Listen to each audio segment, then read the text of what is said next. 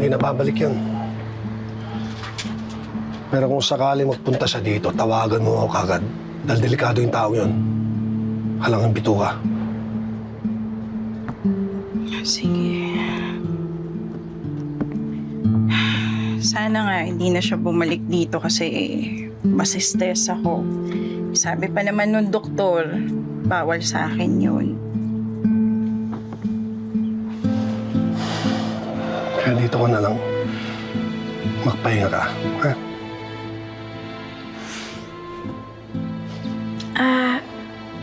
Tigol, pwede ba ako mag-request? Pwede ba na bumili ka ng ulam nating dalawa kasi hindi na ako makakapaghanda ng hapunan natin. Sige, akong bahala.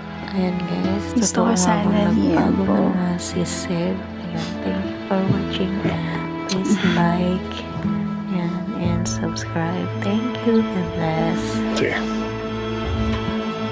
Ingat ka. Liempo ah.